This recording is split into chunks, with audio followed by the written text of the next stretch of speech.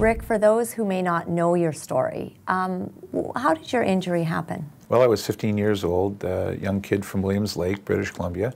My whole life revolved around physical activity, sports, hiking, the outdoors, the use of my legs. And then one day I was coming home from a fishing trip with a buddy, and we got a ride in the back of a pickup truck.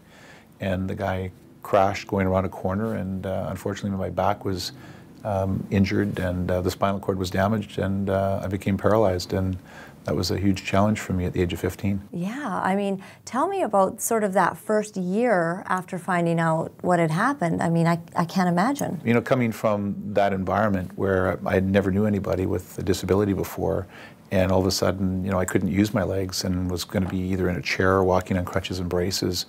My sport activities were not possible. Thinking about what was possible for the outdoors, all of those things really forced me into a deep depression. I was angry at the driver. I wasn't accepting responsibility for getting in the back of the pickup truck. I was just basically, you know, filled with a lot of fear of what the unknown was all about, and had to rebuild my life and see new possibilities. And that took a long time because it was starting all over again. And fortunately, I had some great family and friends and role models that surrounded me and inspired me and didn't give up on me and encouraged me to work through those tough, dark days. And I think the most important thing is hanging on to hope and believing, you know, that life can be better, and working really hard at it when it's painful, and knowing that you've got people there with you when the times are tough. That's what got me through it. And then I was able to realize, boy, I could still be an athlete again. I didn't have to use my legs. I could be in a wheelchair and use my arms and, you know, be propelled by my heart. And that wheelchair sport was all over the world in 100 plus countries, thousands of athletes, and all of my hopes and dreams were waiting for me. But I just had to reframe and deal with the changes.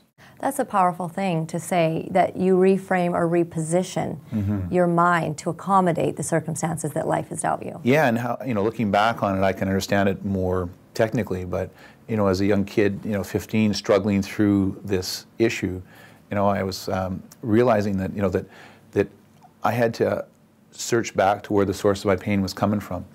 And most of my pain that I was struggling through wasn't because of the situation that I couldn't use my legs.